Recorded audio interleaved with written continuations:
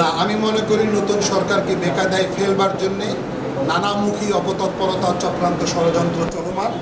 এই ভিন্ন মতাবলম্বীদের উপাসনালয়ে আক্রমণ করা ওই জাতীয় অপতৎপরতার এই অংশ। দেশবাসীর উচিত সবাই মিলে এই ধরনের অপতৎপরতাকে রুখে দেওয়া। আমরা যেই ধর্ম প্র্যাকটিস করি, এই ধর্ম আমাদেরকে শান্তির শিক্ষা দেয়, সম্প্রীতির শিক্ষা দেয়, সহনশীলতার শিক্ষা দেয়, সহমর্মিতার শিক্ষা দেয়। এই ধর্ম কখনোই এই ধরনের হামলা বা আক্রমণকে অ্যাকসেপ্ট করে না। আমি তাদেরকে খুব সানন্দে তাদের কর্মকাণ্ড পরিচালনা করবার জন্য তাদেরকে আহ্বান জানাবো। ভয় ভীতিহীনভাবে তাদের কার্যক্রম পরিচালনা করতে বলবো।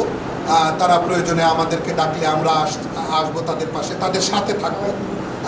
তারা যদি আমাদের কোনো সাপোর্ট চান, সেই সাপোর্ট আমরা দেব। এবং যারা তাদের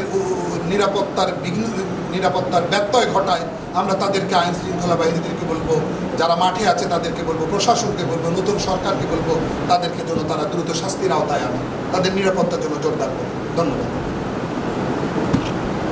প্রিয় নম্বর সেট করে বিকাশে সেন্ড মানি করুন ফ্রি।